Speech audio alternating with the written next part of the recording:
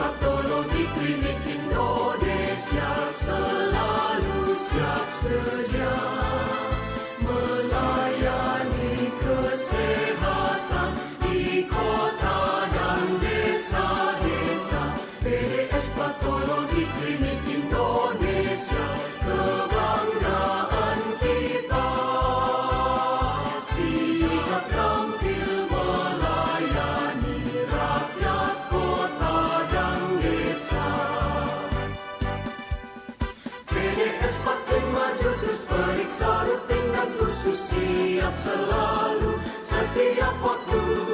Rakyat sehat bangsa kuat bersatu lawan penyakit. PDS Patling maju dan jaya. PDS Patologi Klinik Indonesia selalu siap sedia melayani kesehatan masyarakat Indonesia. PDS Patologi Klinik Indonesia, kebanggaan kita. Kami melayani masyarakat Indonesia. PDS Patling maju terus periksa rutin dan khusus siap selalu setiap waktu. Rakyat sehat bangsa kuat bersatu lawan penyakit. PDS Patling maju dan jaya. PDS Patologi Klinik Indonesia, kebanggaan kita. Kami melayani masyarakat Indonesia.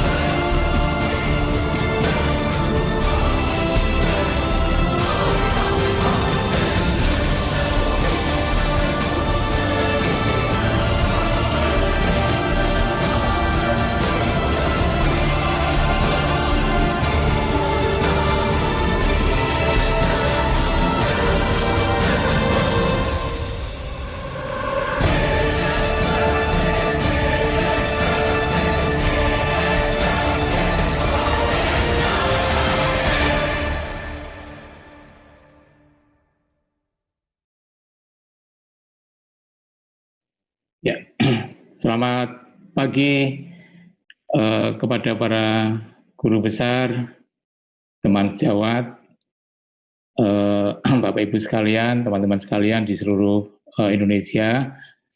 Assalamualaikum warahmatullahi wabarakatuh. Salam sehat untuk kita semuanya. Pada pagi hari ini, seperti yang telah dijadwalkan, kita bertemu dalam acara webinar yang diselenggarakan oleh Perhimpunan Dokter Spesialis Patologi Klinik dan Kedokteran Laboratorium bekerja sama dengan Ikatan Dokter Indonesia dan SNAP Diagnostik yang pada pagi hari ini sampai nanti kurang lebih jam 11.30 akan mengupas tentang peran penanda imunologi dalam penanganan pasien COVID-19. Seperti kita ketahui bahwa saat ini COVID-19 masih harus kita hadapi bersama. Penyakit ini ternyata mengimbas ke banyak hal, termasuk di dalamnya adalah aspek-aspek imunologi, sehingga rasanya pada pagi hari ini topik yang akan disampaikan atau akan dikupas sangat relevan dengan topik atau dengan apa yang kita hadapi dalam keseharian. Saya sangat berharap bahwa topik ini akan menambah wawasan kita bersama, karena nanti juga akan disampaikan oleh para pembicara yang sangat berkompeten. Ada Prof. Yusak dan ada Dr. Betty, nanti akan kami perkenalkan. Sehingga harapan kita bersama, maka kegiatan siang hari ini dapat berlangsung dengan baik, kita menambah wawasan dan kami ingatkan bahwa nanti kepada teman sejawat Bapak Ibu sekalian berkesempatan untuk mengajukan pertanyaan melalui question and answer.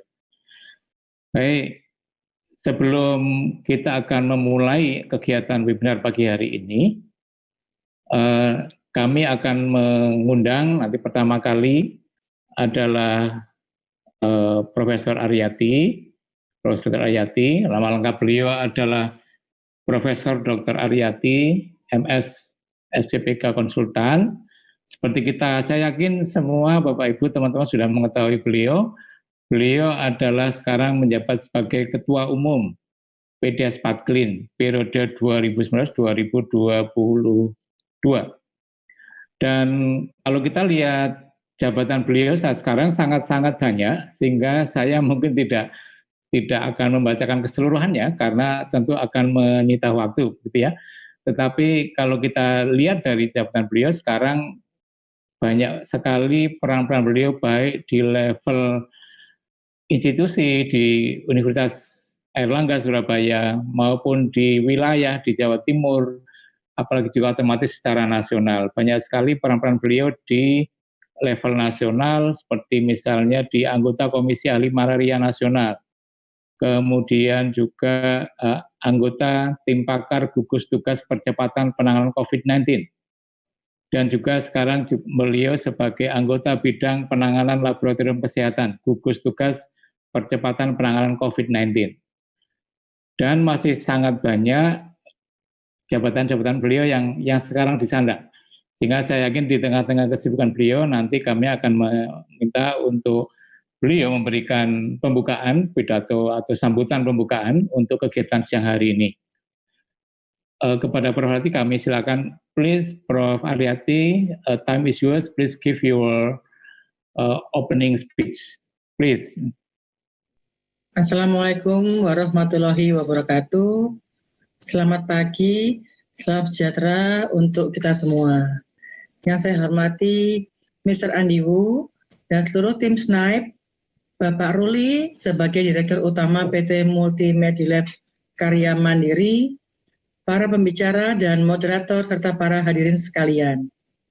Terima kasih kepada Bapak Ibu sekalian, sejawat tersayang, para SPPK dan hadirin yang telah hadir pada acara live webinar dengan tema peran penanda imunologi dalam penanganan pasien COVID-19. Acara ini merupakan kolaborasi bersama antara Perhimpunan Dokter Spesialis Patologi Klinik dan Kedokteran Laboratorium Indonesia dengan SNAIP Diagnostik dan PT Multimedilab Karya Mandiri selaku distributor di Indonesia.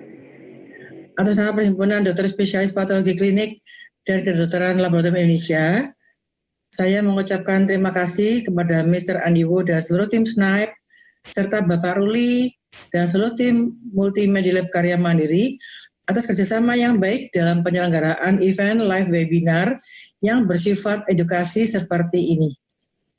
Hari ini kita akan mengikuti acara webinar dengan tujuan meningkatkan awareness penggunaan parameter laboratorium, khususnya imunologi untuk diagnosis maupun pemantauan pasien COVID-19 dengan menghadirkan dua pembicara yang luar biasa dalam bidang imunologi, yaitu Profesor Dr. Yusak Nugraha, MS SPPK Konsultan, dan Dr. Betty Agustina, spesialis patologi klinik konsultan, tentu dipandu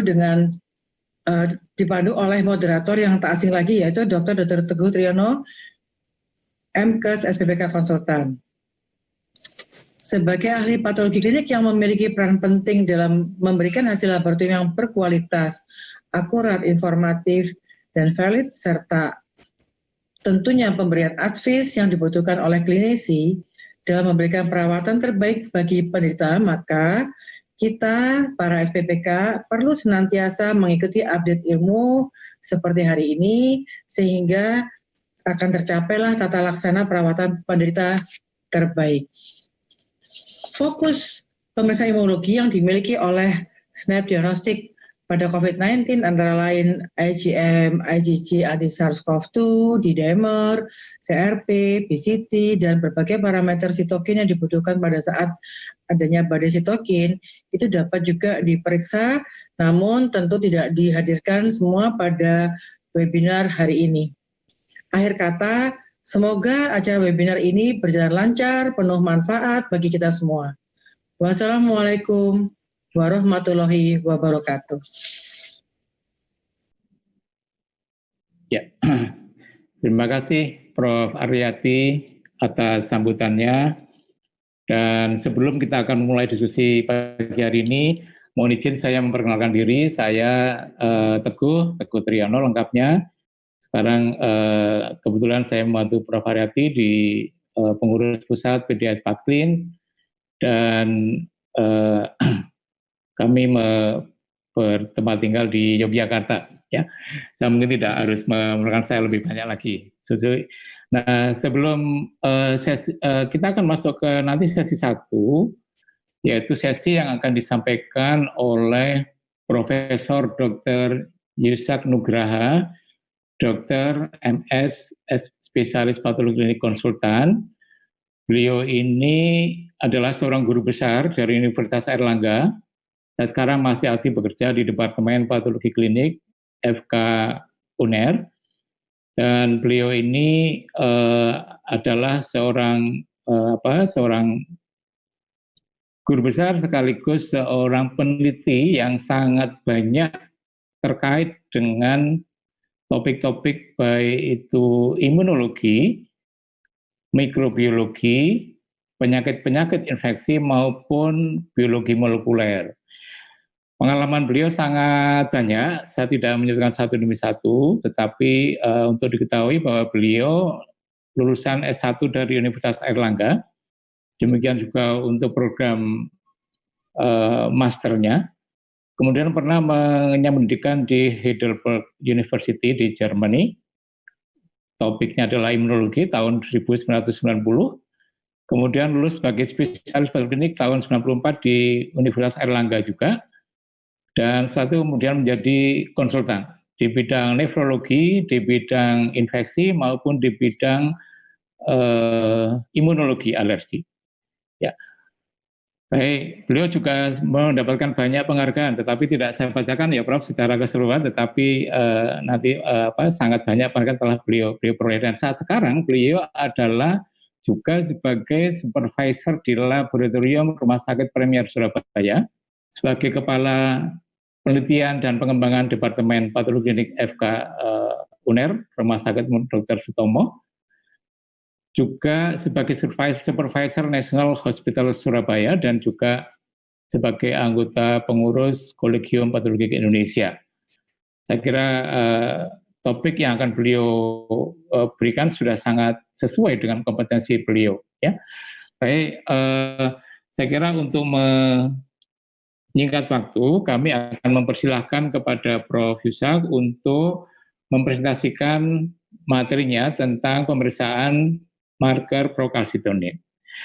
Okay, please, Professor Yusak, time is yours.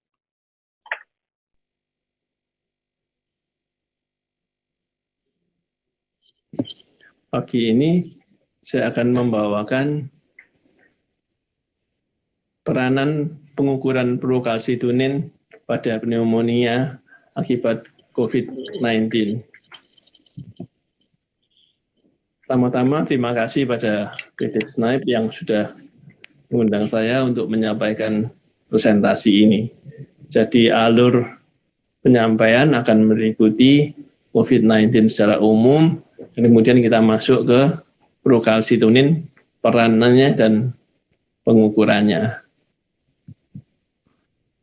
Mulai dari COVID-19, sekarang di Indonesia sudah semakin banyak laboratorium sudah yang bisa melakukan RT-qPCR untuk COVID-19.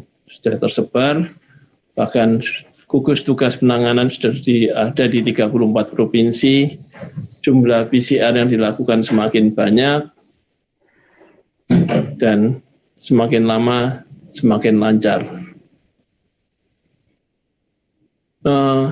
Jumlah yang terpapar makin banyak, kita lihat juga grafiknya meningkat, tapi zona-zonanya ada yang kuning, ada hijau, ada merah, kebanyakan, tapi daerah-daerah yang padat itu merah. Walaupun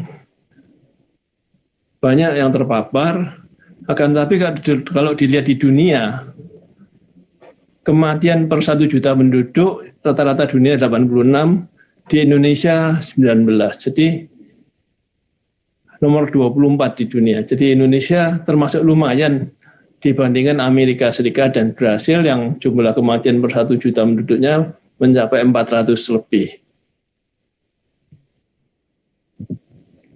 Demikian juga jumlah tes tiap hari yang bisa dilakukan semakin meningkat. Walaupun jumlahnya tidak sebanyak negara-negara maju seperti Australia ataupun Singapura yang mengejar semua kontak. Jumlah yang terkonfirmasi COVID tiap hari Indonesia terus meningkat, terus ada klaster baru. Ya, ini berita buruknya.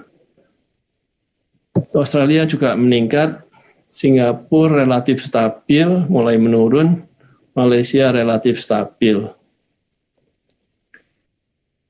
Dan terkonfirmasi secara kumulatif Indonesia terus meningkat, Australia meningkat, tetapi Malaysia, Singapura, dan Taiwan stabil. Taiwan termasuk rendah yang positif. Selain RT-qPCR, ada modalitas lain yaitu pengukuran antibodi terhadap SARS-CoV-2, campuran IgM dan IgG, yang bisa membantu untuk diagnosis dari COVID-19. Dan kita butuh tes yang cepat, mudah, efisien, dan murah. Sekarang kita masuk ke dalam prokalsitonin. Normalnya prokalsitonin itu diproduksi oleh kelenjar tiroid. Kelenjar tiroid akan memproduksi prokalsitonin, kemudian prokalsitonin akan berubah menjadi kalsitonin. Kalsitoninnya akan dilepaskan ke aliran darah. Tapi selain kelenjar tiroid si selnya, juga beberapa neuroendokrin juga membuat prokalsitonin dan kalsitonin dalam jumlah yang tidak terlalu banyak. Jadi normal, dalam darah orang normal, yang orang sehat, medianya 12,7 pikogram per mililiter untuk prokalsitonin, dan 97,5% atasnya adalah 46,7 pikogram per mililiter, jadi rendah. Bagaimana bila ada stimulasi atau infeksi? Kalau ada infeksi, maka terjadilah sintesis alternatif dari prokalsitonin. Apa itu? Yaitu kalau ada toksin bakteri, baik bakteri gram negatif maupun gram positif, dan sitokin yang menstimulasi produksi prokalsitonin pada semua jaringan parenkim. Jadi di sini digambarkan LPS lipopolisakarida ini akan meningkatkan sekresi interleukin 1 beta, TNF alpha, sedangkan viral infection akan meningkatkan sekresi interferon gamma. Interferon gamma ini bisa menghambat hormokin, tapi LPS, interleukin 1 beta, TNF alpha ini meningkatkan sekresi prokalsitonin. Jadi di sini bedanya, sekresinya itu without processing. Jadi dari Golgi aparatus langsung prokalsitonin itu disekresikan tanpa dipecah menjadi kalsitonin. Jadi prokalsitonin immediately release, utuh disekresikan dalam darah.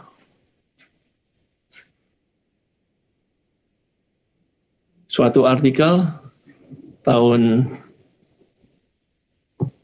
18 ini mengemukakan penggunaan prokalsitonin pada meningitis bakterial dan non-bakterial.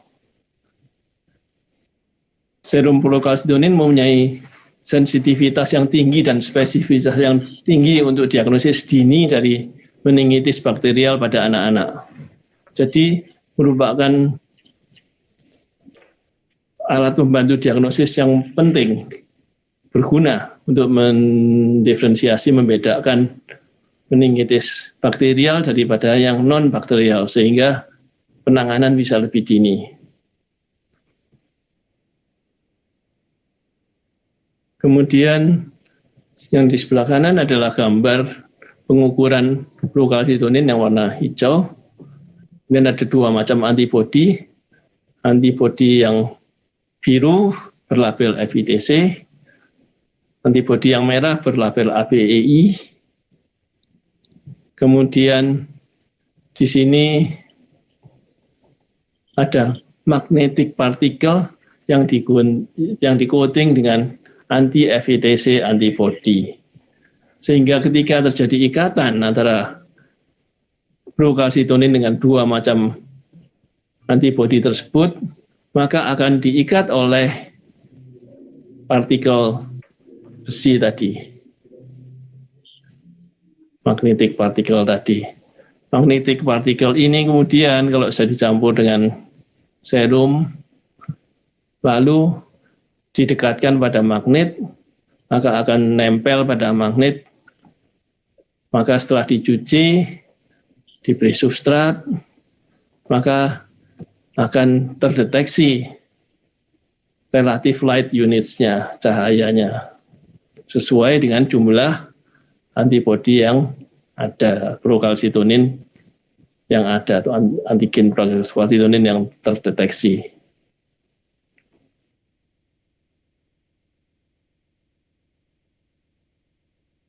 Di Nepal, ini digunakan maklumi 1000, mempunyai detection range dari 0,13 sampai 100 nanogram per mililiter.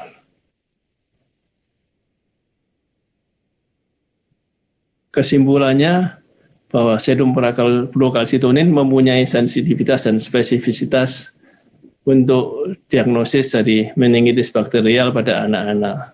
Jadi berguna untuk membedakan meningitis bakterial dari non-bakterial. Sehingga pada akhirnya kita bisa dapatkan angka-angka ini. Jadi reference values untuk prokalsitonin. Angka yang penting adalah 0,5 nanogram per mililiter. atau 500 pikogram per mililiter. Kalau orang sehat atau dia ada kelainan kardiopulmoner secara umum itu rendah. Kalau ada infeksi viral juga rendah, semua di bawah 0,05. Kalau mulai ada community acquired pneumonia dengan atypical bacteria ataupun legionella mulai meningkat jadi 0,25. 0,5 ini merupakan perbatasan. Jadi yang membedakan viral atau bakterial. Kalau di atas 0,5 itu bisa mix community acquired pneumonia maupun typical bacteria seperti Mycobacterium. Kemudian kalau lebih spesifik lagi Streptococcus pneumoniae yang memang patogen untuk paru-paru, ini nilainya meningkat menjadi 0,75. Kalau terjadi bakteri EMEA, maka mortalitasnya meningkat menjadi 10% dan kadar procalcitoninnya meningkat menjadi 5 nanogram per mililiter. Kalau itu menjadi septic shock, maka nilainya menjadi lebih tinggi 10 nanogram per mililiter dan mortalitasnya menjadi 25%. Jadi procalcitonin merupakan biomarker tunggal terbaik untuk memprediksi adanya mortalitas.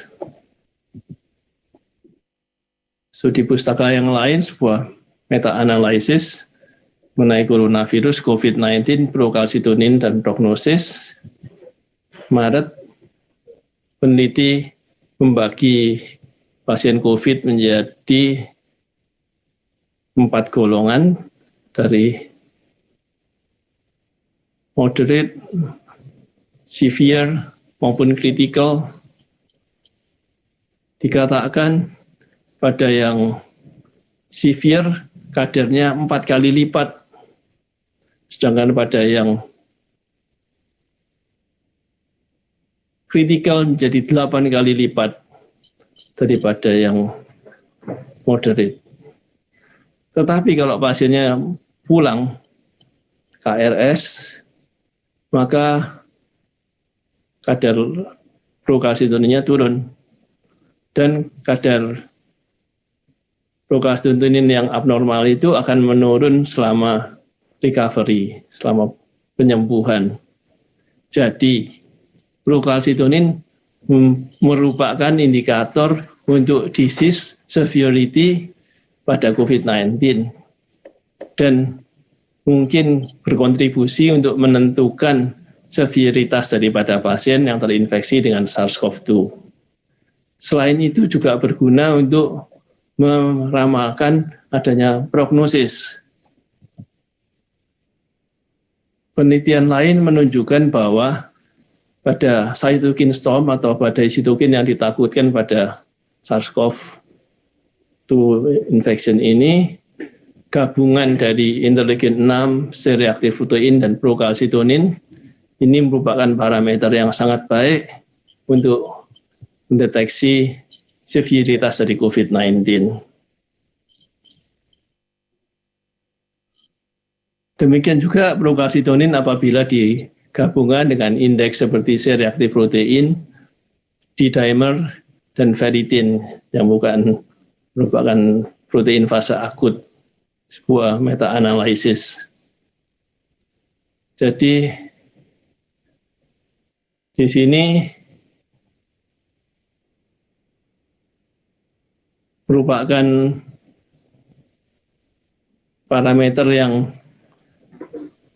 meramalkan hal yang buruk, acute respiratory distress syndrome, serta menandakan perlunya perawatan di ICU atau intensive care unit, dan itu merupakan COVID-19 yang severe. Jadi di sini procalcitonin berguna untuk severitas dan prognosis.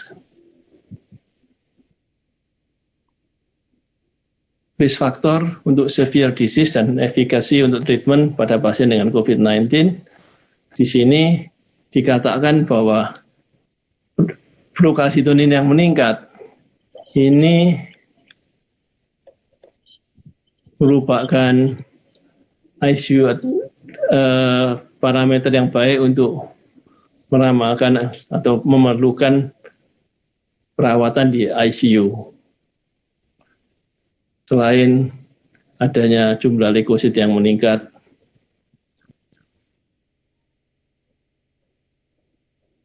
jadi kalau kembali ke perjalanan penyakit atau waktu dari perjalanan penyakit, pada stadium pertama pada early infection, di mana terjadi viral response phase, kita ketahui kadar flukalsitonin belum meningkat karena dia merupakan infeksi virus.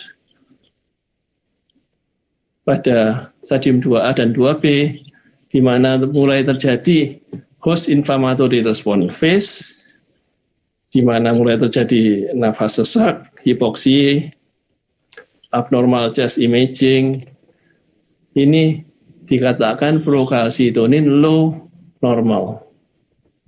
Pada stadium 3, hyperinflammation phase, di mana terjadi shear shock.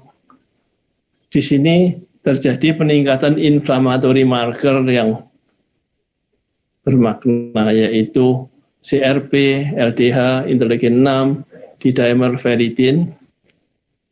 Di sini kadar flukalsitonin bisa meningkat.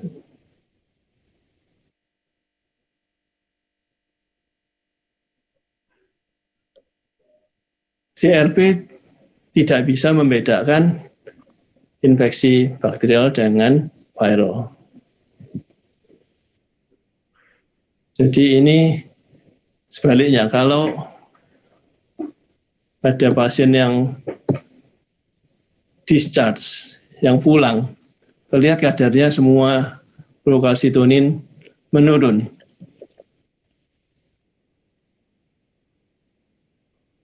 Di sini juga discharge walaupun kadar flukalsitonin akhirnya ada yang masih lebih dari 0,1.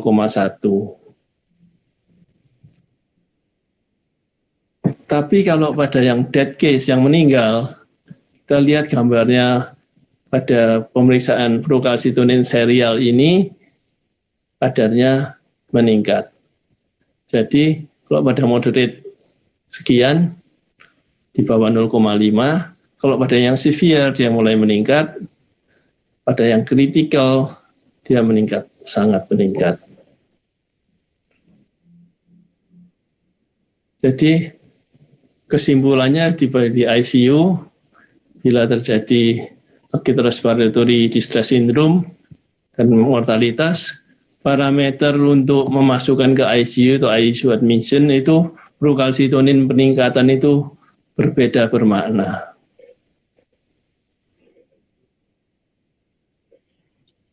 Jadi ini algoritmnya, kalau ada kecurigaan, kadar flukalsitonin diperiksa, kemudian setelah 48 jam diulangi serial.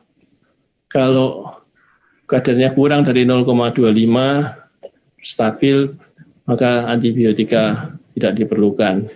Kalau keadaannya lebih buruk, kita harus cari kemungkinan lain, apa ada infeksi jamur atau penyebab penyakit yang lain atau imunosupresi. Sebaliknya kalau setelah diulangi 48 jam kemudian,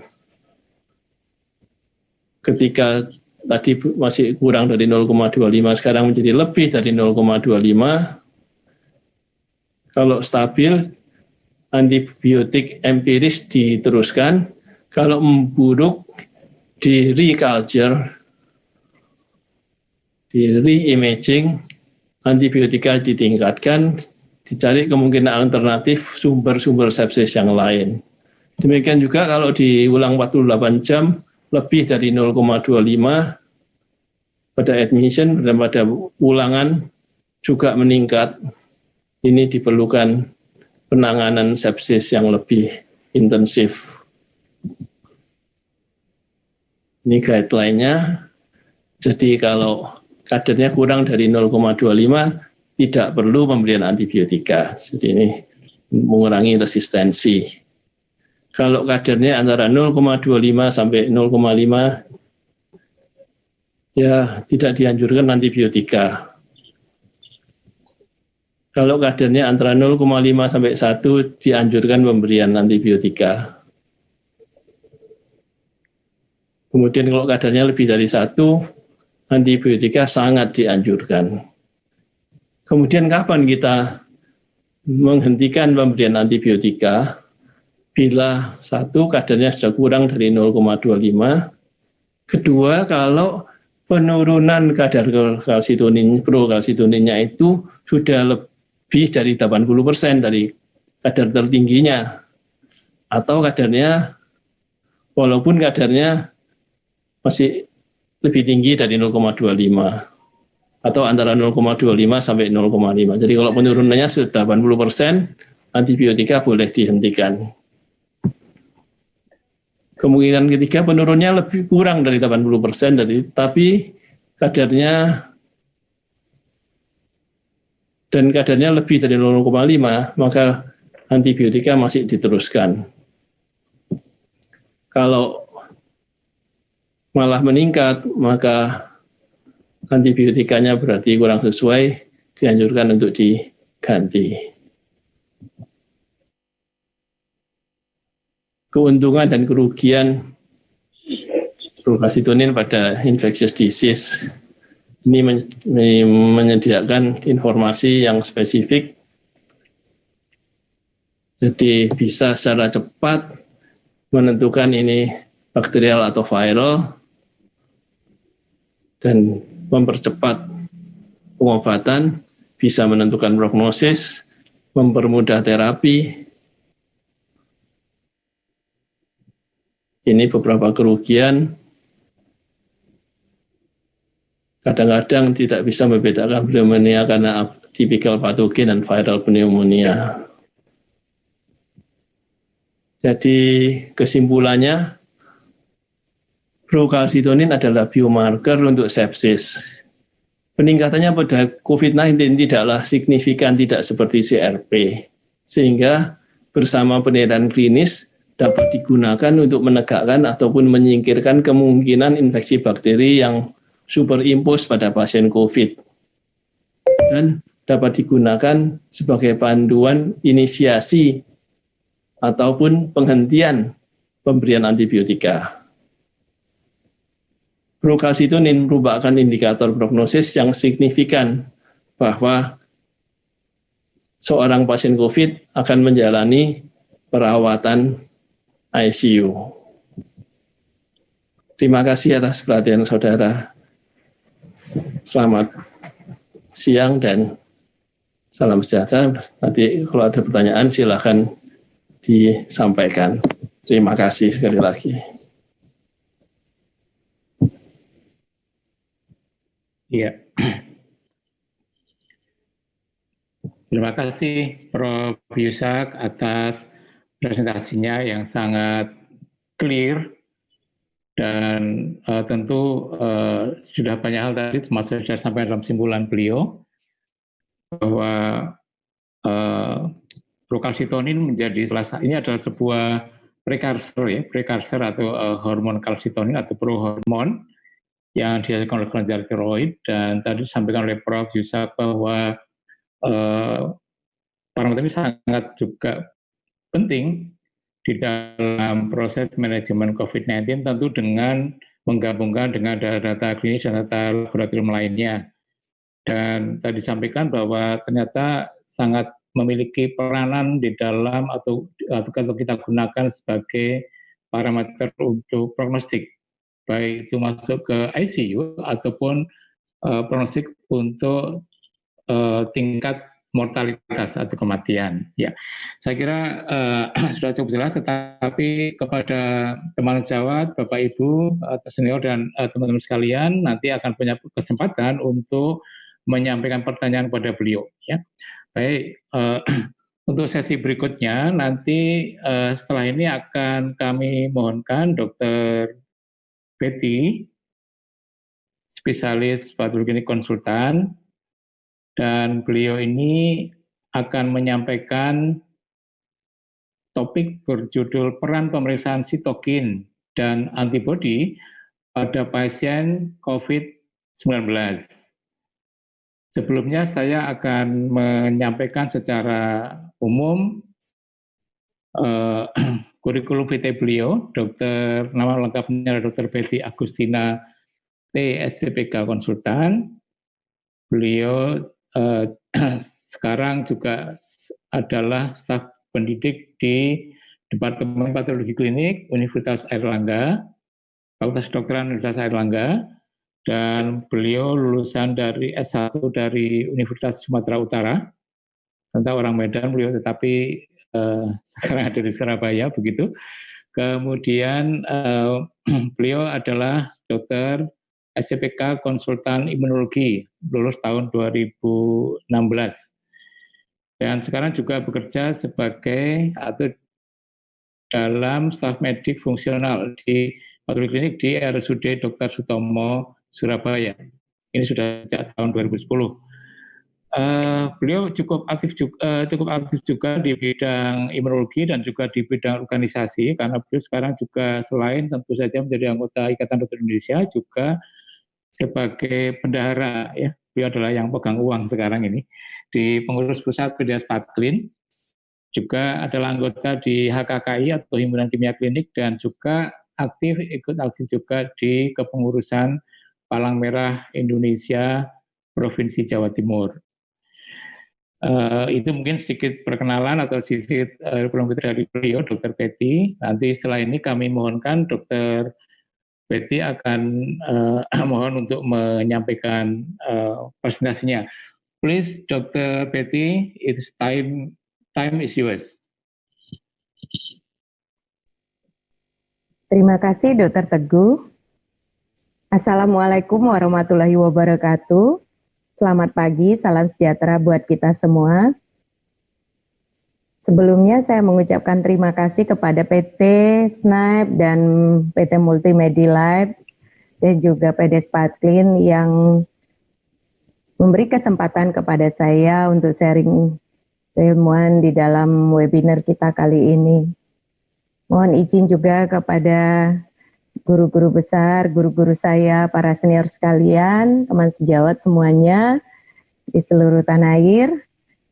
Pada kesempatan ini saya akan sharing ilmu apa yang menjadi literatur saat ini dan juga pengalaman. Pada kesempatan kali ini saya akan menyampaikan tentang peran pemeriksaan sitokin dan antibodi pada COVID-19. Adapun materi yang akan saya sampaikan yaitu tentang respon imun pada COVID-19, badai sitokin, pemeriksaan interleukin 6 pada infeksi SARS-CoV-2, dan pemeriksaan antibodi SARS-CoV-2. Ya, saya mulai dengan respon imun pada COVID-19. Sebenarnya kita semua paham dan mungkin sudah sangat banyak membaca literatur bagaimana infeksi SARS-CoV-2 itu terjadi pada sel-sel tubuh kita, terutama yang mempunyai reseptor ACE2 dan TMPRSS2. Dan bagaimana replikasi virus tersebut yang menyebabkan respon imun dari tubuh kita sehingga terjadi kerusakan sel yang diistilahkan sebagai piroptosis, yaitu kerusakan sel akibat pelepasan sitokin dan kemokin proinflamasi. Nah, sitokin ini akan menarik monosit, makrofag, dan sel T ke lokasi infeksi dan kemudian akan menghasilkan interferon gamma yang terus-menerus akan melanjutkan respon imun dan pada satu kejadian akan mengalami yang namanya badai sitokin. Badai sitokin ini kita tahu yang nantinya menyebabkan kerusakan multi organ. Nah, di samping sel T, sel B juga berperan menghasilkan antibodi. Antibodi ini sebenarnya bersifat netralisasi, tetapi tidak semua antibodi yang dihasilkan bersifat netralisasi. Sebagian juga dapat merusak organ dengan mekanisme antibody dependent enhancement. Nah, untuk gambar ini mungkin tidak asing. Di sini disampaikan bagaimana virus masuk ke dalam sel, kemudian akan menginvasi sel tersebut lewat melekatnya protein S pada S2, dan selanjutnya virus tersebut akan mengalami cleave dan RNA-nya akan berikatan dengan tempres pada RNA binding domain. Yang terjadi tentunya akan ada aktivasi sel-sel imun, terutama makrofag. Kita tahu bahwa yang banyak diinvasi oleh virus itu adalah saluran pernapasan dan saluran cerna, karena di sana banyak reseptor ACE2. Kita tahu bahwa di alveolus ada makrofag alveolar yang sangat aktif. Maka makrofag itu akan teraktivasi menghasilkan tadi protein-protein proinflamasi, interleukin 6 dan yang lainnya. Dan fungsi dari protein proinflamasi ini adalah menarik sel-sel imun, sel T, monosit, makrofag untuk ke tempat infeksi, menyelesaikan sebenarnya infeksi virus tersebut.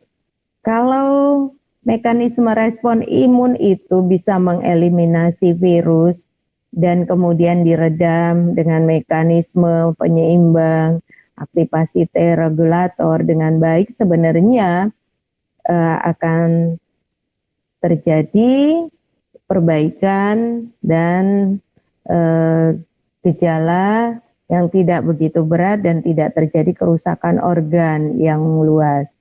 Tetapi kita ketahui bahwa gejala pada infeksi SARS-CoV atau COVID-19 ini mengakibatkan badai sitokin atau sitokin storm yang disebabkan oleh aktivasi imun yang berlebihan, sel-sel imun kita yang berlebihan. Nah, tentunya pada mekanisme respon imun itu tidak hanya innate immunity, tetapi adaptive immunity sangat berperanan. Ada sel-sel yang sangat berperanan, terutama yang selular, NK sel, limfosit T, CD8 maupun CD4, kemudian interferon gamma sebagai sitokin yang dihasilkan oleh sel-sel imun tersebut, dan kemudian ada peran perforin dan granulin sebagai respon sitotoksik terhadap virus. Nah, yang tujuannya semua untuk clearance virus tersebut. Tetapi bila respon ini berlebihan, juga bisa menyebabkan kerusakan jaringan. Nah, untuk yang gambar ini kita melihat bagaimana sitokin-sitokin itu dihasilkan, bagaimana aktivasi sel-sel imun innate, baik itu neutrofil yang menghasilkan granul-granul, monosit, dan makrofag, NK sel, ya. Ini semuanya tujuannya untuk mengeliminasi virus tersebut. Tetapi aktivasi sistem imun menyebabkan sisi yang lain seperti gambaran sepsis yang kita kenal sebagai sitokin storm yang mengakibatkan kerusakan organ. Nah, ini kalau dilihat bagaimana CD8, CD4, Treg itu sebenarnya ada pada sisi yang teraktivasi kalau dia berhasil menyelesaikan clearance dari virus, tidak akan terjadi inflamasi yang berlebihan. Tetapi ketika sel-sel tersebut tidak bisa menyelesaikan, maka sitokin, porforin, dan granzim itu dihasilkan berlebihan, maka inflamasi akan semakin berat. Nah, penelitian-penelitian yang ada menyebutkan bahwa sel-sel imun, baik itu limfosit T subset, sel B, itu pada akhirnya akan mengalami exhausted. Jadi ada penurunan yang signifikan untuk sel T maupun sel B, sel NK yang terjadi pada infeksi SARS-CoV ini. Nah, kalau kita lihat di sini hasil penelitiannya bahwa pada pasien-pasien COVID-19 itu dihasilkan neutrofil yang signifikan lebih tinggi dibandingkan orang sehat. Limfosit yang signifikan lebih rendah dibandingkan pada orang sehat. Nah, bagaimana dengan subsel sel T? Ya, sama limfosit T dan subsetnya juga semuanya jadinya lebih kecil dibandingkan pada orang yang sehat. Dan juga sel B dan sel NK. Nah, bagaimana sitokin dengan interferon gamma? Interferon gamma yang dihasilkan oleh subset sel T yaitu CD4 dan CD8 berbeda. Pada yang CD8 interferon gammanya lebih tinggi, sedangkan pada yang CD4 lebih rendah dibandingkan kondisi pada orang sehat. Tetapi memang dikatakan peningkatan ini tidak bermakna. Kemudian TNF-alpha dihasilkan oleh masing-masing sel imun, baik sel CD4 maupun sel CD4 dan sel T, itu sebenarnya tidak berbeda jauh dibandingkan pada orang sehat. Bagaimana dengan porforin? Porforin lebih tinggi, lebih banyak dihasilkan oleh sel T CD8. Nah, kemudian granzim dihasilkan lebih banyak oleh sel NK. Ini dilihat kalau dibandingkan oleh antara pasien-pasien yang kondisinya lebih berat, yaitu pasien-pasien ICU dibandingkan yang non-ICU. Nah, ini penelitian Mas Oni tadi menjelaskan bagaimana bahwa subset sel T, sel B itu memang lebih tinggi pada orang sehat dibandingkan pada penderita COVID-19. Nah, untuk penelitian Mas Zoni mengatakan tadi untuk sitokin memang lebih tinggi, tetapi pada penelitian ini dikatakan not significant. Nah, pada kita perhatikan interleukin 6. Interleukin 6 ini sebenarnya sangat berperanan pada SARS-CoV. Kalau kita lihat bahwa interleukin 6 itu berdasarkan jumlah CD8-nya dia akan berbanding lurus, ya. Sedangkan pada NKT dia sama, tidak berbeda. Jadi kalau dilihat di sini dia akan semakin banyak sel T CD8-nya, interleukin 6-nya semakin meningkat. Nah, badai sitokin gambarannya seperti gambaran sepsis.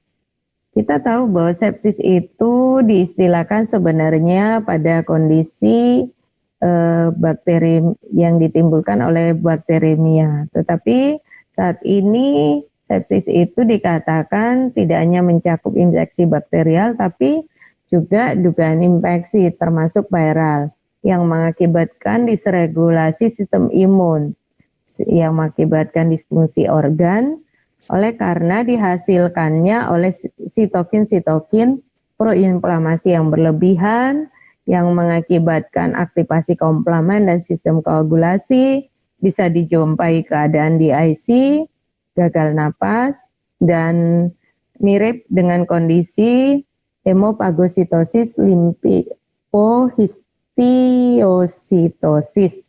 Jadi histiositosis itu adalah istilah lain untuk makrofag, jadi aktivasi makrofag yang berlebihan. Nah, ini gambaran sitokin storm dari literatur yang lain, sama saja sebenarnya prinsipnya bahwa sitokin proinflamasi itu banyak dihasilkan dan mengaktifasi sel-sel imun, dan sitokin storm itu beredar di sirkulasi, jadi bisa merusak ke organ-organ yang lainnya. Nah, ini dia pada kondisi kalau dibandingkan di perifer maupun di tempat infeksi di paru, ya. Jadi kita bisa lihat bahwa aktivasi sel-sel imun yang sangat tinggi, kemudian sitokin proinflamasi yang dihasilkan berlebihan, dan fungsi T-rex sebagai penyeimbang tidak adekuat, mengakibatkan terjadi yang namanya sitokin storm, terjadi microvascular injury, systemic coagulopathy, dan multiple organ failure. Disregulasi sel T pada badai sitokin ini di mana didapatkan sitokin proinflamasi yang dihasilkan begitu banyak dan merusak banyak organ. Dari penelitian Wang dikatakan bahwa IL-6 itu dia sangat banyak dihasilkan sebelum dijumpai penurunan sel T CD8 maupun sel T CD4. Jadi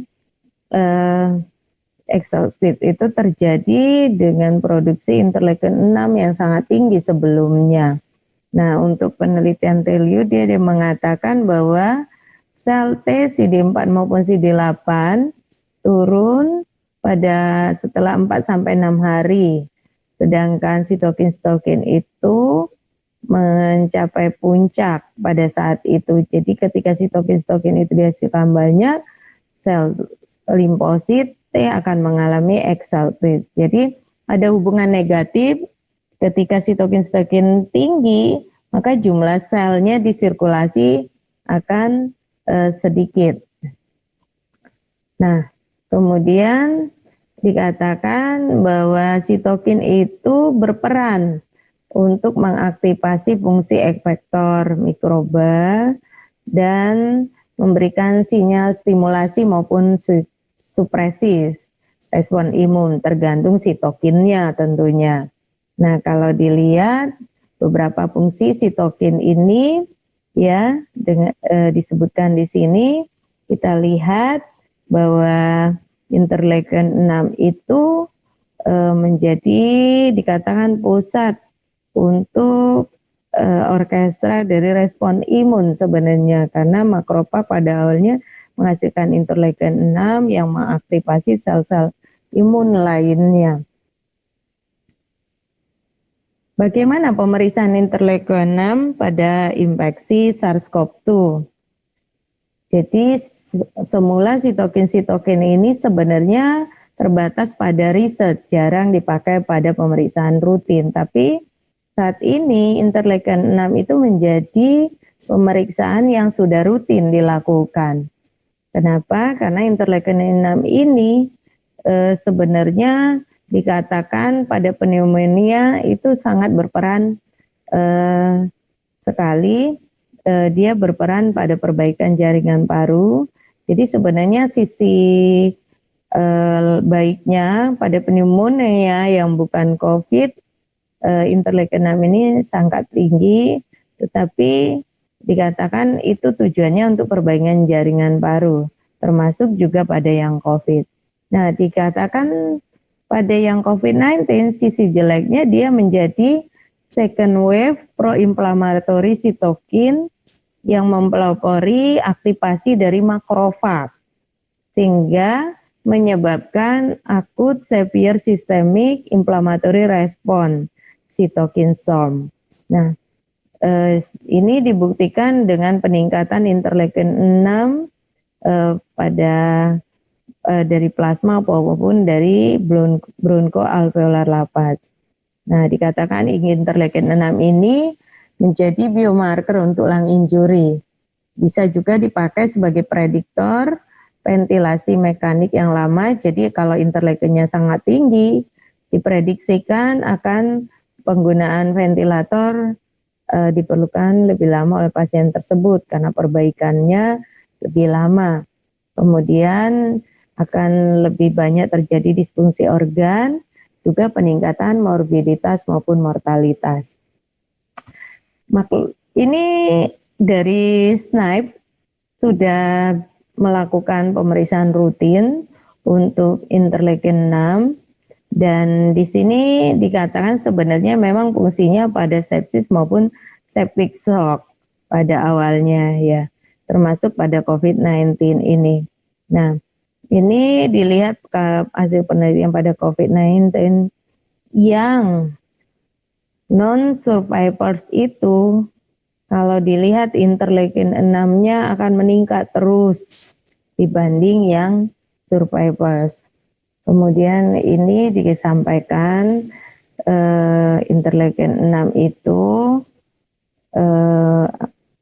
limit deteksinya, kemudian range pengukurannya, dan ini kalau dibandingkan dengan interleukin komersial yang lain, dia korelasinya sangat baik.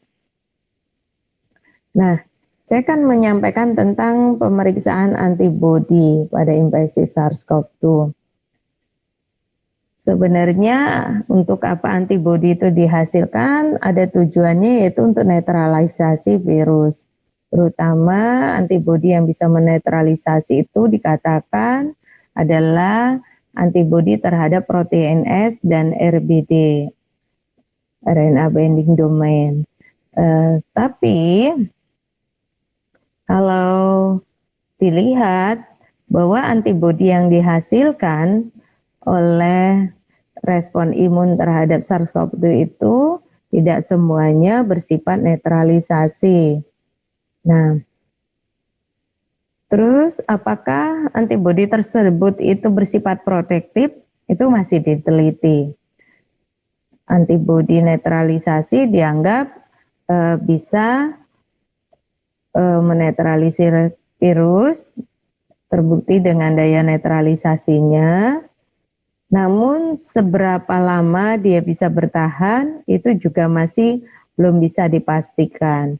Nah, prinsip antibodi netralisasi ini yang dipakai pada pemberian terapi plasma konvalesen. Ya. Nah, saya akan menyampaikan sharing bagaimana terapi plasma konvalesen di RSUD Sutomo. Kami melakukan pengumpulan dari donor plasma konvalesen yang sampai dari Mei sampai Juli itu sekitar 107 orang. Dan tapi dari 107 ini yang diperiksa antibodinya sekitar 97 orang dan yang berhasil memenuhi seleksi, memenuhi antibodinya hanya 37. Jadi kami menetapkan memang titernya sepertiga ras 20 dan tidak semua orang-orang yang sembuh dari COVID-19 itu memiliki titer antibodi yang tinggi. Nah, kalau dilihat kami melakukannya memang mengukur titer sepertiga ras 20 itu dengan rapid test. Kalau dilihat di sini bahwa yang mempunyai antibodi yang kuat itu sebenarnya yang bergejala sedang dan berat. Sedangkan kalau dia bergejala ringan lebih banyak yang negatif daripada yang kuat positif. Nah, kemudian kami mencoba mengukur ulang dengan metode lain yang bukan rapid test. Jadi ini ada metode chemiluminescence yang kuantitatif walaupun kadarnya dalam arbitrary unit ya. Nah, kalau dilihat ini 1,4 cut off-nya pada reagen tersebut, dia dengan tanpa gejala itu rata-rata negatif, sedangkan kalau dia gejalanya berat, maka titer antibodinya tinggi. Nah, bagaimana hubungan kadar IgG SARS-CoV-2 dengan lama hari terhitung dari munculnya gejala? Kami melihat bahwa kebanyakan yang titernya tinggi itu harinya di kisaran 29 sampai 57. 29 sampai 57. Nah, itu yang antibodinya tinggi, tapi bervariasi memang antar individu. Ya, itu untuk plasma konvalesen. Nah, kita tahu bahwa pemeriksaan antibodi IgG dan IgM itu dipakai untuk diagnosis juga, walaupun kita dari PDS Patwin sendiri sudah tidak menganjurkan untuk pemeriksaan antibodi untuk diagnosis, hanya untuk surveillance buasi boleh. Karena apa? Karena memang interpretasi sangat menentukan bagaimana pemahaman penggunaan antibodi ini. Kalau salah bisa jadi salah diartikan. Nah, kalau gambar di sebelah ini mungkin tidak asing lagi. Kita di sini ditunjukkan bagaimana IgG IgM muncul ya lebih dari 1 minggu dari masuknya virus tersebut. Jadi memang kalau negatif tidak menyingkirkan adanya infeksi SARS-CoV. Ya, tapi kadang-kadang keliru juga kalau IgG-nya positif bisa ada dua. IgG-nya reaktif ada dua. Jadi bisa saja itu infeksi yang sudah sembuh, sudah lampau, tetapi juga masih infeksi yang sedang berlangsung. Ini penelitian dengan reagen SNAP sendiri, dilihat bagaimana IgM dan IgG ya, IgG semakin tinggi, IgM turun ya, kemudian mungkin hilang juga ya. Kalau dilihat positivitasnya ya, positivitasnya kita melihat bahwa IgM dan IgG itu lebih banyak positif setelah lebih dari 10 hari. Nah, kalau 5 sampai 10 hari itu sekitar 15,4 sampai 53,8. Sedangkan kalau kurang dari 5 hari, nah ini sangat rendah, kurang dari 5%. Jadi memang tidak bisa dipakai untuk diagnosis di awal-awal terinfeksi. Nah, ini dikatakan sensitivitas IgM dan IgG memang bervariasi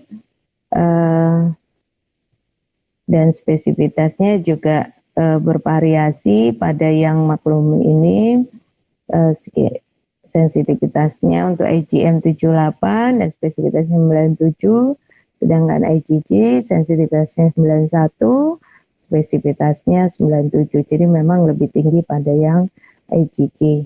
Nah, kalau yang di sini dibandingkan dengan merek lain, sebenarnya hasilnya sama saja.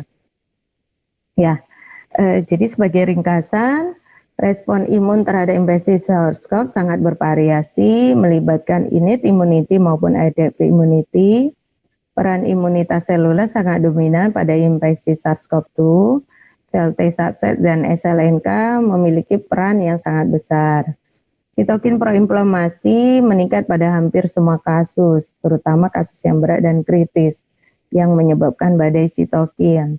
Badai sitokin menyebabkan kondisi piroptosis, gambarannya seperti sepsis, mengakibatkan difungsi berbagai organ. Nah, peran interleukin 6 sangat penting pada infeksi SARS-CoV-2 ini atau pada manajemen COVID-19. Interleukin 6 itu bisa dipakai sebagai early biomarker lung injury dan juga sebagai prediktor pemakaian ventilator mekanik yang lama dan disfungsi organ dan mau juga angka morbiditas dan mortalitas. Nah, pemeriksaan antibodi, sensitivitas dan spesifitasnya bervariasi. Hati-hati dalam menginterpretasi antibodi SARS-CoV-2 baik IgG maupun IgM. Nah, pemeriksaan antibodi SARS-CoV-2 yang kuantitatif sebenarnya perlu, terutama untuk kita memeriksa pada donor-donor plasma konvalesen. Jadi kita dapat membandingkan. Harapannya yang memiliki titer yang tinggi secara kuantitatif lebih tinggi, harapannya antibodi netralisasinya lebih banyak juga.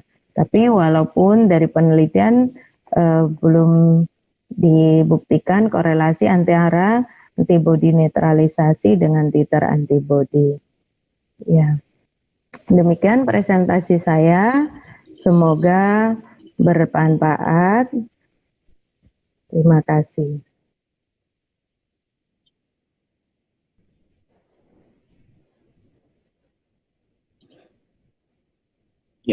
Ya, terima kasih Dr. Betty atas presentasi yang holistik begitu ya, karena tentu kalau kita bicara bicara sitokin pada pasien-pasien pada pasien-pasien COVID-19, maka ternyata sangat banyak yang akan harus kita bahas karena sangat banyak sitokin yang ternyata memiliki peran ya. Sedikit catatan saja tadi dari yang disampaikan Dr. Betty adalah tentang adanya atau terjadinya disregulasi sel T ya, tadi yang ini merupakan awal atau yang menimbulkan terjadinya badai sitokin. Beberapa sitokin seperti interleukin 1, interleukin 6, interleukin 18 itu hanya bisa menimbulkan gejala-gejala yang bersifat sistemik atau multi organ. Kemudian yang poin 2 tadi juga disampaikan tentang interleukin 6 yang sekarang menjadi rutin tanda petik dilakukan oleh karena sebelumnya mungkin tidak, tetapi sekarang pada situasi pandemi ini maka interleukin menjadi parameter yang rutin diperiksa untuk pasien kita. Kemudian juga tadi disampaikan tentang penggunaan atau pemeriksaan antibodi anti SARS-CoV-2 yang kemudian dipakai sebagai salah satu parameter untuk penentuan pemberian terapi plasma konvalesen. Baik, saya yakin dari dua presentasi ini cukup banyak pertanyaan. Saya sudah mendapatkan cukup banyak pertanyaan dan tentu saya akan menyampaikan beberapa pertanyaan saja kepada para pembicara. Nanti kan beberapa pertanyaan yang mirip saya akan sampaikan secara cukup satu kali saja. Prof. Yusak dan Dr. Betty sudah siap ya, Prof. Yusak? Ya, Dok. Baik, ya, Prof. Mungkin yang, ya Prof, terima kasih. Baik, Prof, banyak banget pertanyaannya ya, Prof. Tadi mungkin beberapa saya akan bacakan. Yang pertama mungkin untuk Prof. Yusak terlebih dahulu. Ada pertanyaan, Prof. Selamat pagi, Prof. Menanyakan apa prokalsitonin, apakah prokalsitonin dapat meningkat pada kondisi non-infeksi bakteri. Monggo, Prof. Ya.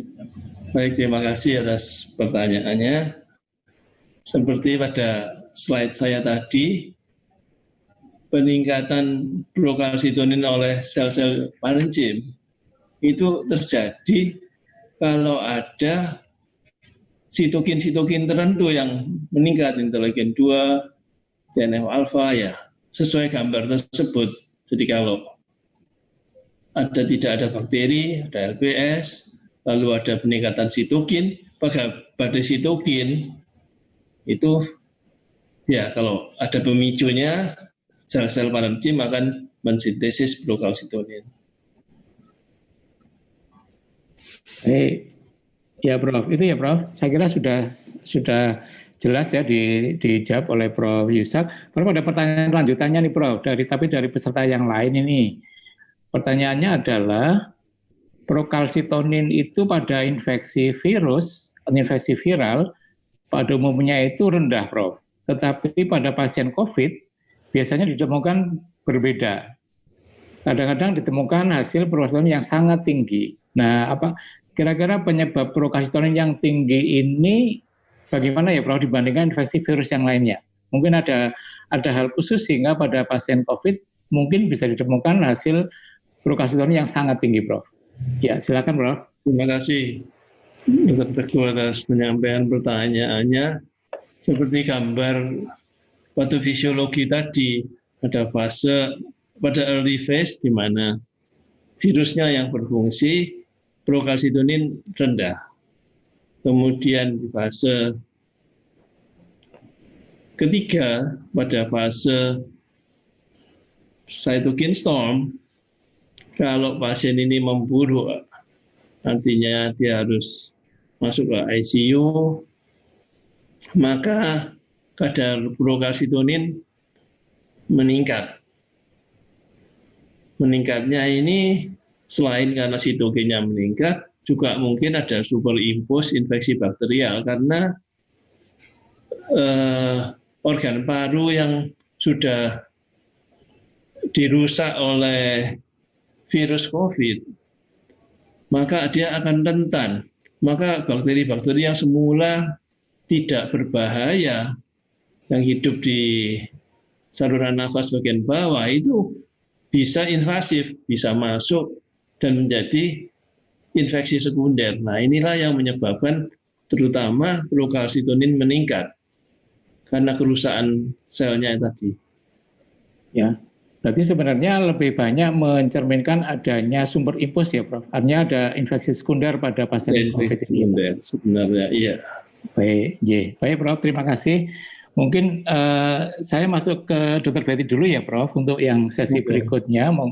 Dr. Betty ada beberapa pertanyaan. Dr. Betty, ini salah satunya adalah apakah interleukin 6 harus diperiksa pada pasien COVID? Bagaimana dengan sitokin yang lain? Apakah juga penting kira-kira untuk diperiksa?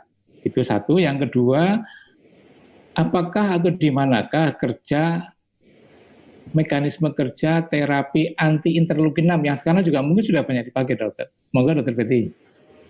Ya, terima kasih Dr. Teguh. Ya, tadi terkait dengan interleukin 6, kenapa tadi mungkin beberapa vendor, beberapa reagen itu dan alat itu sudah menyampaikan bahwa bisa memeriksa sitokin interleukin 6 itu secara rutin gitu ya. Sementara waktu sebelum COVID kita tahu bahwa sitokin itu diperiksakan terbatas pada riset. Kenapa terbatas pada riset ya? Karena ada beberapa masalah yang pertama sitokin itu waktu parunya sangat pendek. Jadi kadang-kadang kalau waktu pemeriksaannya tidak tepat, harapannya dia sitokinnya tinggi, ternyata sudah tidak tinggi. Seperti itu masalah utama. Yang kedua, nilai normalnya juga sangat bervariasi antar individu. Nah, sehingga harus membandingkan dengan populasi yang sehat untuk melihat apakah ini memang meningkat seperti itu. Jadi memang itu kesulitan-kesulitan pada pemeriksaan sitokin, hal-hal yang utamanya. Nah, bagaimana dengan interleukin 6? Kenapa sekarang jadi pemeriksaan yang rutin gitu ya? Ya karena kalau dilihat dari literatur hasil penelitian bahwa mekanisme respon imun itu memang orkestranya dimulai dengan dihasilkannya interleukin 6 ketika APC, antigen presenting cell ya, dendritic cell dan yang lainnya itu menangkap mempresentasikan antigen. Nah, itu dihasilkanlah sitokin interleukin 6. Jadi dia memulai aktivasi terutama sel-sel imun baik yang selular terutama dan juga yang innate gitu. Jadi makanya sitokin interleukin 6 ini menjadi pemeriksaan yang rutin terutama pada kondisi-kondisi sepsis. Nah, bagaimana dengan sitokin yang lain? Sitokin yang lain yaitu tadi masih dalam posisi yang tidak stabil, artinya belum bisa dipastikan harinya, waktunya dia meningkat, terus keberapa lama waktu parunya, kapan waktunya. Jadi yang memang yang sitokin 6 lebih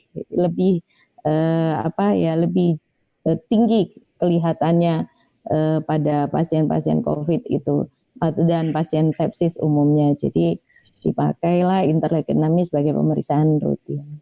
Dok, bolehkah kalau ada orang yang menyatakan bahwa di antara sitokin dari beberapa macam sitokin yang mengalami perubahan genetika, maka interleukin 6 menjadi prioritas yang kita periksa duluan. Begitu atau gimana, Dok? Seperti itu, Dok. Yang dari literatur disebutkan seperti itu karena memang dari banyak penelitian memang terbukti interleukin 6 itu berbeda signifikan pada orang-orang yang severe dibandingin yang non severe. Walaupun ada literatur juga yang menyebutkan, ada juga sih yang mengatakan bahwa interleukin 6 itu pada pasien ICU itu tidak tinggi gitu. Tapi kebanyakan menyatakan meningkat bermakna. Iya, Dok. Ini ada pertanyaan Dokter Ida, Dok, tadi, Dok, yang bagaimana kerja terapi anti interleukin 6? Apakah ini dalam penanganan COVID-19, Dok, maksudnya? Iya. Jadi kalau sebenarnya untuk terapi-terapi terhadap sistem imun, respon imun yang menjadi target terapi sebenarnya sudah sangat banyak obatnya, termasuk terapi terhadap peningkatan interleukin 6 ini. Jadi sisi jeleknya ketika interleukin 6 itu sangat tinggi, akan terpicu badai sitokin. Jadi itu sebenarnya yang menjadi memperparah sebenarnya kondisi pasien COVID ini. Jadi bukan hanya virusnya yang harus diselesaikan, tapi ketika virus itu sudah menurun juga jumlahnya, tapi karena ada badai sitokin itu yang menjadi kerusakan multiple organ dysfunction. Nah, jadi seperti sepsis. Nah, target dari terapi terhadap interleukin 6 ini adalah kompetitif dengan reseptor interleukin 6. Jadi obat-obat itu tujuannya supaya interleukin 6 itu tidak melekat pada reseptornya, jadi tidak bisa memicu respon sel-sel imun yang lain seperti itu. Lakukan blocking, begitu ya, Dokter Betty? Iya, betul. Baik. Dokter Betty, ini ada pertanyaan dari 2 orang, Dokter Yani Chandra dan Dokter Vitasari, tapi pertanyaannya saya gabungkan. Dari dokter, pertanyaannya adalah, tadi dari grafik antibody, terlihat kesannya itu IgG dan IgM itu munculnya bersamaan ya, Dok. Satu. Yang kedua, pertanyaannya dari Dokter Vitasari ini adalah, bagaimana menginterpretasi saat antibody IgG dan IgM-nya positif, tetapi klinis sudah terjadi perburukan. Monggo, Dokter Betty. Iya, tadi mungkin di grafik itu ya, kalau dilihat memang hasil penelitian-penelitian yang ada itu menunjukkan memang IgG dan IgM itu tidak seperti virus lainnya ya yang muncul setelah IgM turun, IgG muncul seperti itu ya.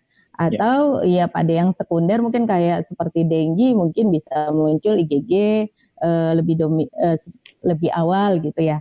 Pada COVID ini saya juga mengamati dan membaca literatur, sering sekali memang IgG, IgM itu muncul bersamaan karena kita sering tidak tahu kapan, ya jarang tahu sebenarnya kapan dia terinfeksinya gitu. Taunya ya simptomnya sudah muncul, kemudian periksa antibodi. Nah, kelemahan yang penelitian memang kan kita tidak tahu, kebanyakan kita tidak mengikutin mulai saat terinfeksi dan mengikutinya IgG IgM-nya. Kita hanya melihat dari simptom sih kebanyakan. Jadi kalau IgG IgM muncul bersamaan tadi saya sebutkan IgG itu memang diinterpretasi bukan sebagai infeksi yang lampau ya, infeksi yang sudah selesai. Walaupun pada pasien-pasien plasma donor lah, contohnya donor plasma konvalesen, IgG-nya masih positif, tapi kan sudah tidak ada gejala dan viralnya PCR-nya sudah negatif seperti itu. Ya. Nah, tapi ketika kita menjumpai IgG dan IgM positif dengan gejala yang masih positif, itu harus kita anggap bahwa posisinya memang sedang dalam sakit ya, artinya Dan dalam berlangsung begitu ya. Iya, Ya. bukan dalam posisi sembuh, seperti itu yang saya tangkap. Ya. Jadi memang menginterpretasinya harus melihat pasiennya juga kalau Ya, menurut ya. saya kalau antibody. Ya, terima kasih Dr. Betty. Jadi ternyata memang pola kinetika IgG, IgM COVID ini juga memiliki kekhasan sendiri begitu ya Dr. Betty ya, beda dengan infeksi-infeksi virus yang lain juga. Baik, Dr. Betty ini maaf, ini masih ada beberapa menit ke depan sebelum nanti harus juga kita selesaikan di 11.30. Ada pertanyaan yang ini sekaligus untuk berdua, untuk Prof. Yusak dan juga untuk Dr. Betty. Yang pertama adalah tentang pemeriksaan serial. Harus dilakukan berapa kali atau berapa hari sekali? Yang pertama pada Prof. Yusak mungkin terkait dengan pemeriksaan prokalsitonin ini Prof, kira-kira harus serial seperti apa Prof? Monggo Prof. Yusak. Ya. Terima kasih atas pertanyaannya. Seperti slide saya tadi, diikuti prokalsitonin itu bisa 6 jam, bisa 1 hari, tergantung kondisinya. Apakah ada perubahan peningkatan sesuai algoritma yang ada di slide tadi. Ya, baik. Kalau Dr. Betty untuk pemeriksaan interleukin 6 bagaimana? Ini pertanyaan dari Dr. Luhung nih, Dr. Luhung Budia Ilmiawan dari Bandung nih. Ya, Dr. Betty untuk interleukin 6. Iya Dok. Kalau interleukin 6 sebenarnya belum ada, yang saya tahu sih belum ada PPK yang khusus ya, panduan praktek klinis untuk serial interleukin 6. Tapi kalau di Sutomo ya memang sebenarnya ada PPK yang memeriksakan untuk yang tidak rutin. Interleukin 6 ini maksudnya tidak rutin seperti darah lengkap dan lain-lain gitu ya, blood gas dan yang lain. Ini yang interleukin 6-nya saya menangkapnya ada per 3 hari seperti itu bisa diperiksakan. Tapi kalau di literatur kan itu penelitian ya, jadi dia setiap hari memeriksakannya. Ya. Ya, artinya acuan khususnya belum ada begitu ya, belum ada yang saya tahu Dok. Oke, ya, terima kasih. Pertanyaan yang berikutnya ini mohon nanti Prof. Yusak dan atau juga Dr. Betty ini dari Dr. Armana Sution ini. Adakah research imunoterapi yang menjanjikan pada terapi COVID, misalnya CAR T-cell terapi atau mungkin terapi yang lainnya? Monggo Prof. dan Dr. Betty. Ya baik, terima kasih. Ide yang baik. Di Airlangga itu bukan CAR T-cell yang diberikan, karena CAR T-cell nanti biasanya untuk cancer dan antibodi kimeriknya yang dibuat kan pasti terhadap antigen yang baru. Kalau itu lymphoma atau ALL bisa pakai CAR T-cell. Tapi kalau untuk COVID yang dilakukan adalah pemberian mesenchymal stem cell. Dengan pemberian mesenchymal stem cell itu terjadi perbaikan. Yang pertama, pemberian mesenchymal stem cell entah bagaimana itu menekan respon imun. Respon imunnya bisa menurun. Kedua, memperbaiki regenerasi dari sel-sel parunya. Jadi mereka yang diintubasi, setelah lepas intubasi yang fungsi parunya sudah sangat menurun, itu bisa tertolong. Tapi ini semua masih dalam taraf penelitian. Saya juga tidak bisa secara eksak memberikan datanya. Iya Prof, berarti ini masih peluang ya Prof, peluang dan tantangan juga ya Prof sebenarnya pemberian imunoterapi. Jadi ini di Surabaya sepertinya sudah dimulai ya Prof studinya untuk pemberian mesenchymal stem cell-nya. Baik, Dr. Betty mungkin ada tambahan, Dok? Kalau ya saya tidak punya pengalaman, Prof. Yusa lebih lebih involved di penelitian untuk terapi. Yang saya baca sih di literatur banyak sekali ya yang dicobakan untuk terapi-terapi secara imunologi, tapi ya memang sampai sekarang belum ada yang memberikan hasil yang terbaik gitu. Jadi masih dalam proses pencarian semua. Itu yang saya tahu, Dok. Oke, aja, Dok, ya, terima kasih Dr. Betty. Prof, ini masih ada pertanyaan nanti untuk Prof dan juga mungkin boleh juga untuk Dr. Betty juga nih. Pertanyaannya adalah kalau nanti ada program imunisasi, maksudnya vaksinasi lah ya, vaksinasi, marker antibodi apa yang nantinya harus diperiksa ini, Prof? Kan kita mungkin akan masuk ke fase pemberian vaksinasi nih. Nanti marker antibodinya yang seperti apa, Prof? Terima kasih. Atas pertanyaan bagus sekali. Memang yang dipakai untuk vaksinasi nanti itu adalah antigen rekombinan dari spike protein, S protein.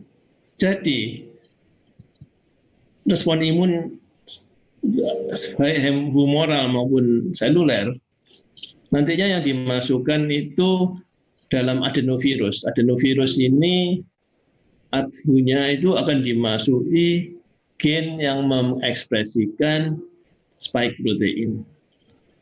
Karena dianggap nanti antibodi terhadap S protein ini yang bisa memblocking masuknya virus ke ACE reseptor.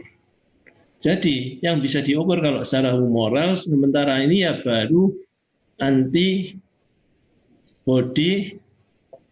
ya terhadap S protein. Jadi kalau itu bisa diukur dengan kuantitatif, tentunya harus kuantitatif, harus ada ukuran kadarnya. Kadar anti S proteinnya berapa? Nantinya untuk melihat tingkat tingkat kekebalannya ya, Prof. Iya. Baik, ya Prof. Terima kasih. Ini ada pertanyaan lagi dari Dr. Hartono Kahar. Ini tanya ke Prof. Yusak, apakah pemeriksaan prokalsitonin dapat sebagai pertimbangan suatu COVID atau bakteria? Tadi mungkin sudah ya, Prof. Mungkin Prof bisa menyampaikan sedikit saja. Ya. Untuk COVID-nya, ya untuk bakterial, terutama untuk bakterial. Jadi memang kalau ada superimpos dengan infeksi bakterial, maka COVID-19 tadi prokalsitoninnya akan meningkat dan akan biasanya lebih severe pada yang infeksi yang kompleks tersebut. Terima kasih. Ya. Baik, Dr. Betty, apakah masih ada tambahan, Dokter? Mungkin terkait yang tadi yang Prof. Yusak sampaikan tentang vaksinasi, memang kalau kita lihat literatur dan mungkin yang sudah diteliti, Prof. Yusak mungkin juga involved untuk vaksinasi ini, ya memang antibodinya antibodi S protein ya. Pertanyaannya bagaimana nanti melihat hasilnya. Yang saya tahu memang untuk antibodi-antibodi yang diukur IgG, IgM juga memang terhadap S protein, tapi kita tahu bahwa dari S protein juga atau yang ada yang menyebutkan juga yang dari RBD ya, RNA binding domain-nya yang dianggap spesifik bisa dibuatkan vaksin. Cuma yang kita tahu bahwa pemeriksaan yang IgG, IgM itu ya terhadap S protein hanya yang S protein ini protein yang mana yang dikatakan bisa mempunyai daya netralisasi itu yang memang yang dibuat untuk vaksin, jadi tidak semua S protein kan gitu. Nah ya sebenarnya paling baik memeriksanya itu ya netralisasinya ya, antibodi netralisasi, tapi kan pemeriksaannya sulit gitu, harus BSL-3 gitu. Nah, kalau yang tadi mungkin yang Prof. Yusak sampaikan ya harus dibuatkan antibodi-antibodi yang memang spesifik, tidak mungkin seperti sekarang yang untuk menangkap untuk diagnosis saja seperti itu atau screening saja. Untuk yang vaksin harus antibodi yang spesifik terhadap S protein yang dipakai yang untuk vaksin. Jadi memang benar-benar antibodi yang mempunyai daya netralisasi. Itu mungkin yang saya tahu. Baik, ya Dr. Betty, terima kasih atas tambahan penjelasannya. Sebenarnya diskusi ini akan semakin panas ini sebenarnya ya. Cuma karena waktu, kita dibatasi oleh waktu sampai dengan jam 11.30 dan saya kira sekarang sudah jam 11.30. Jadi saya mohon maaf dan bahwa dengan terpaksa mungkin diskusi kita harus kita cukupi sampai sekian. Saya menyampaikan sebagai moderator, menyampaikan terima kasih kepada para pembicara, Prof. Yusa dan Dr. Betty, terima kasih sekali atas apa yang telah dipresentasikan dan juga apa yang telah diperjelas di dalam question and answer, dan juga tentu saja terima kasih kepada teman-teman sejawat Bapak Ibu sekalian yang sebagai partisipan pada kegiatan webinar siang hari ini. Sekali lagi alhamdulillah bahwa kegiatan webinar ini telah selesai pada ujung acara. Dan kita harus menutup kegiatan pagi sampai siang hari ini. Sekali lagi terima kasih kepada penyelenggara dalam hal PDS Patklin, Ikatan Dokter Indonesia dan juga SNAIP Diagnostik. Terima kasih sekali lagi dan saatnya kami menutup. Semoga kegiatan webinar pagi dan hari ini mendatangkan manfaat yang sebesar untuk kita bersama, untuk sekaligus juga meningkatkan kemampuan kita, peran kita di sisi laboratorium pada khususnya dalam proses manajemen pasien COVID-19. Saya kira itu saja yang bisa kita sampaikan siang hari ini, dan sebagai moderator kami sekali lagi menyampaikan terima kasih dan juga mohon maaf kalau barangkali dalam penyampaian ini ada hal yang kurang berkenan. Sekali lagi terima kasih. Kita akan bertemu kembali mudah-mudahan dalam waktu yang akan datang pada acara webinar yang lainnya. Terima kasih. Mohon izin kami tutup kegiatan siang hari ini dengan bacaan doa alhamdulillahirrahmanirrahim. Sekali lagi terima kasih untuk semuanya. Selamat siang, salam sehat untuk semuanya. Terima kasih, selamat siang.